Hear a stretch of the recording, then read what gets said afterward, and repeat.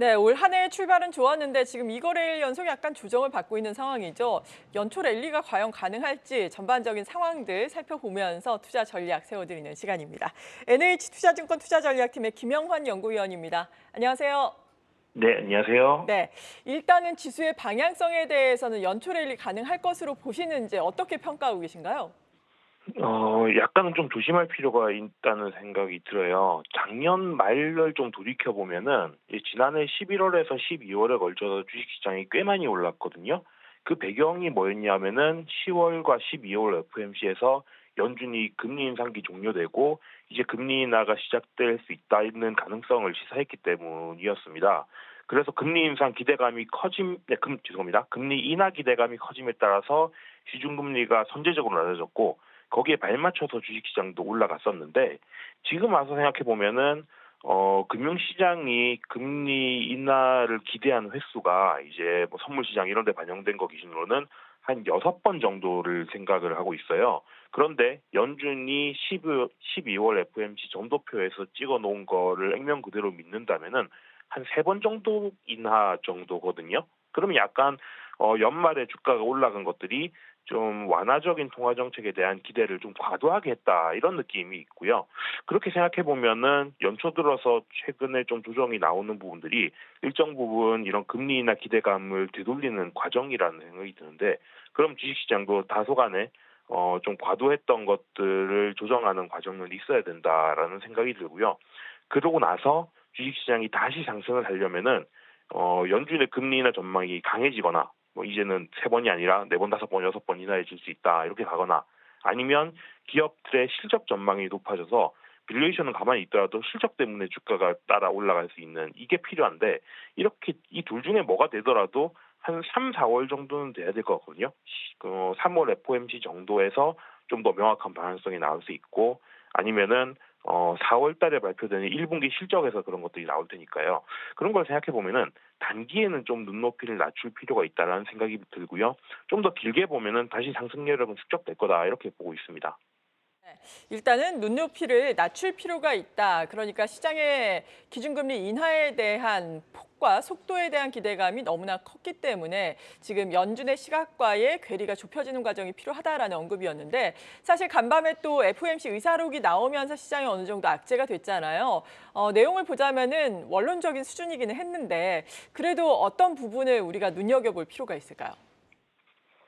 말씀하신 대로 크게 새로운 점은 없었던 것 같고요.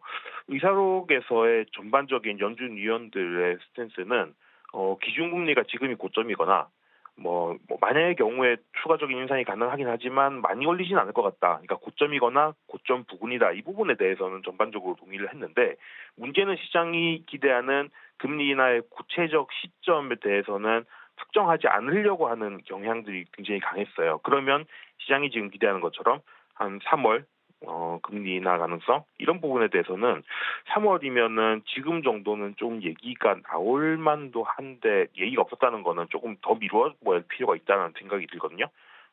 그런 점에서 조금 더 보수적으로 봐야 되는 인식을 강화하는 요인이다 이렇게 보이고요.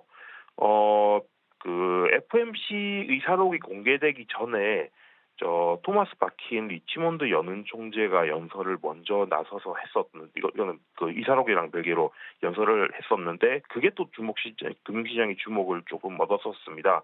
여기서 했던 얘기도 우리의 베이스 시나리오는 기본적으로는 경기가 약간 식어가는 가운데 금리 인하를 충분히 해줄 수 있는 정도의 경기 상황은 될 것 같다. 하지만 침체는 피할 수 있을 것 같다. 이걸 베이스로 생각은 하는데 하지만 그 과정에서 우리가 예상하지 못하고 있는 다양한 위험들이 존재한다. 수요가 생각보다 더 빨리 나빠지거나 지정학적인 리스크가 부각되거나 작년에 SVB 사태 터졌던 것처럼 그런 금융시장의 리스크가 불거지거나 여러 가지 위험들은 존재하고 있다. 이런 얘기들을 했었거든요. 이런 것들을 감안하면은 연준은 아주 앞으로의 시장 상황에 경제 상황에 대해서 좀 선명하다고 생각하지는 않고 있다. 이런 부분이 조금 어젯밤 간밤에 좀 눈에 띄는 부분이었다. 이렇게 보시면 되겠습니다. 네. 그리고 연초부터 달러화에 대한 원화 환율이 급격하게 또 올라오고 있습니다. 한때 지난해 연말에 1,280원대까지 내려갔는데 오늘은 벌써 1,309원대까지 올라오고 있는 상황이거든요. 이 환율의 동향은 어떻게 보십니까?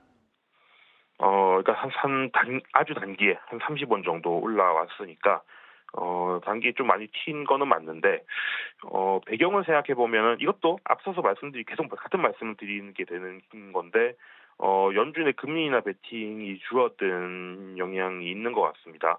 우리가 외환 시장을 볼 때는 흔히 달러 스마일이라는 용어를 쓰는데 달러 스마일이라는 게 뭐냐면은 신흥국 통화, 원화 같은 신흥국 통화가 강할 때는 어떤 때냐면은 미국 경제도 좋고 여타 나머지 세계 경제도 같이 좋은 상황이고요. 그게 아니라 미국 경제만 좋고 여타 경제는 안 좋다거나 아니면 미국도 안 좋지만 다른 나라들도 같이 안 좋은 상황. 이런 상황이 돼서는 신흥국 통화가 강해지긴 어렵고 달러만 강하다. 이런 건데요.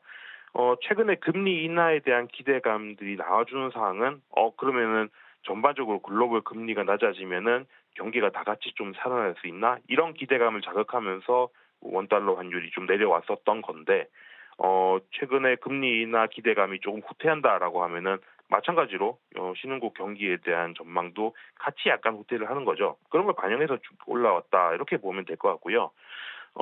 다만 금리 인하 시점에 대해서 지금 우리가 생각을 해보면 3월보다 늦춰지면 아마 한 5, 6월 정도라고 생각을 하는 건데 그 정도 한 2달에서 3달 정도 밀리는 걸로 환율이 얼마나 튀어오를 수 있을까라는 걸 생각하면은 작년에 우리가 경험했던 것처럼 1,300원 후반 뭐 이런 정도까지 가지는 않을 것 같아요. 그래서 저희는 제한적으로 원달러 환율이 올라가고 있는 상황이고 그거는 연준의 금리 인하 기대감이 좀 후퇴하는 것들을 반영하고 있는 건데 그렇다고 해서 이게 주식시장의 수급을 악화시킬 정도로 외국인 매도를 촉발할 정도로 크게 움직일 거냐라고 하면 그렇지는 않아 보인다라는 생각입니다.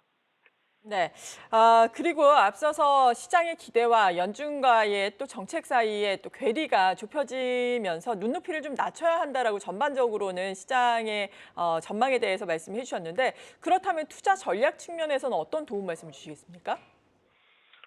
분할 매수 대응해야 된다라는 게 보통은 이럴 때 쓰게 되는 표현인 것 같고요. 그러니까 무슨 말씀이냐면은 단기적으로는 저점이 아닐 수 있다는 거죠. 왜냐하면 우리가 연준이 기대하는 것보다 좀 더 많이 나이가 나아가 있었으니까. 그리고 산술적으로 따져보면요. 작년에 한 8월이랑 10월 정도가 미국 주가 지수가 조정을 받았던 시기들인데 각각의 나스닥 지수의 낙폭을 보면 고점 대비해서 단기 저점까지가 한 8%선 정도의 조정이 나왔었어요. 근데 이번에는 작년 말 고점 대비해서 어제 종가까지의 낙폭을 계산해 보면 한 3.7% 정도 그렇게까지 과거에 일시적이었던 조정폭보다도 아직은 좀 작거든요.